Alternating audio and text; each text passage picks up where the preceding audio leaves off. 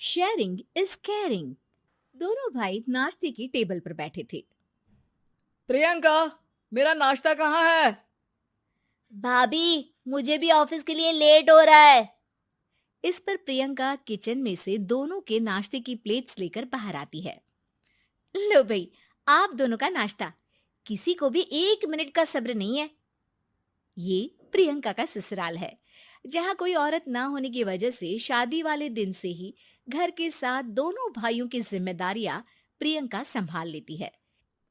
दोनों भाई शांति से नाश्ता कर रहे होते हैं कि अंकुश अपने भाई की प्लेट से पराठे का एक टुकड़ा उठा लेता है। आपको पता है ना, मैं खाना शेयर नहीं करता, फिर भी मेरी प्लेट में से खाना जरूरी है क्या? अरे हद हो गई है, मुझे नहीं खाना अब।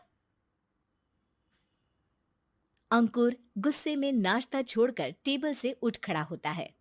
अरे, ये कैसा बिहेवियर है अंकुर? एक टुकड़ा ही तो है। एक हो या आधा, मुझे भूख लगी है तो ये सिर्फ मेरा ही है। उसे भी किसी के साथ शेयर करने बैठा तो भूखा नहीं रह जाऊंगा।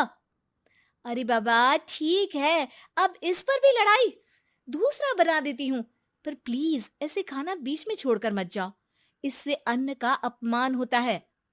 ओ प्लीज भाभी, ऐसी कोई चीज होती ही नहीं है। आपके पास पैसे हैं, खरीदो और खाओ। अगर नहीं खाया जाए तो फेंक दो। अरे दुनिया में सब यही करते हैं। अंकुर बैग उठाकर ऑफिस के लिए चला जाता है, जिसके पीछे उसका बड़ा भाई मायूस सा घर में खड़ा रह जाता है। जिसने बचपन से सोने की चम्मच में खाया हो, उसे दुनिया के बारे में क्या पता होगा। वैसे गलती तो हमारी ही है। अगर कभी बचपन में ही सही गलत का फर्क सिखाया होता तो आज ये हाल नहीं होते। आप फिक्र क्यों करते हैं जी? भगवान है, वो जो भी करता है सबकी भलाई के लिए ही करता है। और जब वो चाहेंगे तो अपनी तरह से अंकुर भैया को भी सब कुछ सिखा देंगे। पत्नी की बात पर विश्वास कर अंकुश भी ऑफिस चला जाता है। सुबह से दोपहर होती है और अंकुर लंच करने ऑफिस के पास वाले रेस्टोरेंट में पहुंचता है, जहां वो एक साथ बहुत सारा खाना ऑर्डर कर देता है। सर, क्या कोई आपको ज्वाइन करने वाला है? नहीं तो क्यों? अब कुछ नहीं सर, ऐसे ही।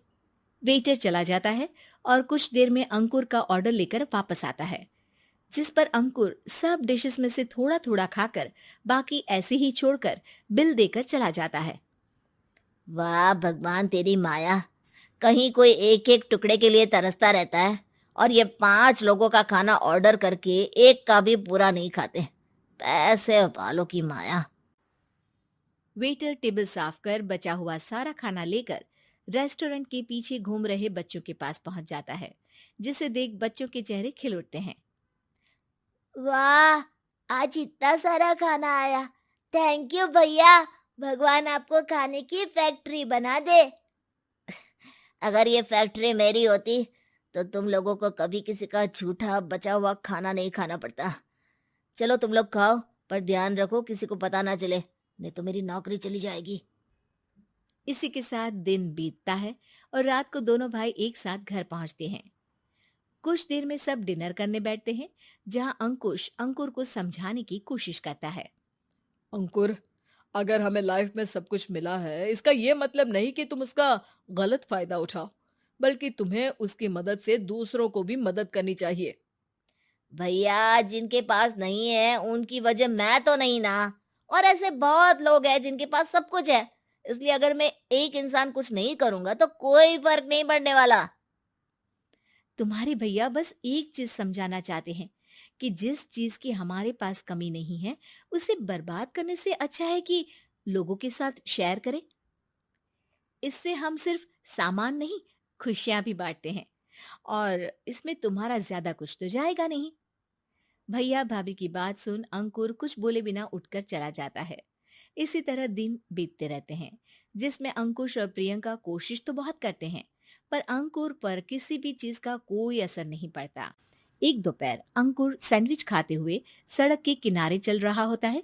तभी उसकी नजर आइसक्रीम वाले पर पड़ती है और वो सैंडविच सड़क किनारे फेंक आइसक्रीम खरीदने पहुंच जाता है। अब इसे कहते हैं जिंदगी का सुख। जैसे ही अंकुर आइसक्रीम लेकर पीछे मुड़ता है, तो एक आदमी को सड़क से वही सैंडविच उठाते हुए देखता है। वो आदमी बहुत कमजोर, गरीब, जैसे बहुत दिनों से खाना ना खाया हो वैसा लग रहा था। अंकुर उसके पास जाकर खड़ा हो जाता है। उसे देखकर आदमी सैंडविच अंकुर की तरफ कर देता है। आपको भी खाना है क्या? क्या हम इसे आधा आधा कर ले? मुझे बहुत भूख लगी है। वो मेरा ही झूठा सैंडविच है। तुम दूसरा खरीद कर क्यों नहीं खा लेते? इसे क्यों खा रहे हो?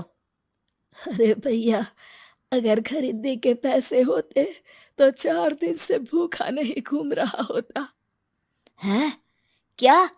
तुमने 4 दिन से कुछ नहीं खाया? फिर भी इस आधे सैंडविच को मेरे साथ बांटने के लिए तैयार हो गए? क्यों?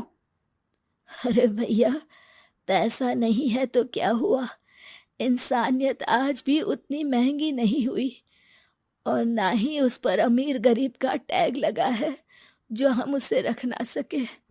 पर अफसोस, आजकल लोगों के अंदर पोषण, खून या विटामिन से ज्यादा इंसानियत की कमी होने लगी है। आदमी की बातों से अंकुर को समझ में आ जाता है कि वो आज तक कितना गलत काम करता आ रहा था। इसके बाद से वो अपनी किसी के साथ शेयर नहीं करने और खाने को बर्बाद करने वाली आदत को छोड़ देता है।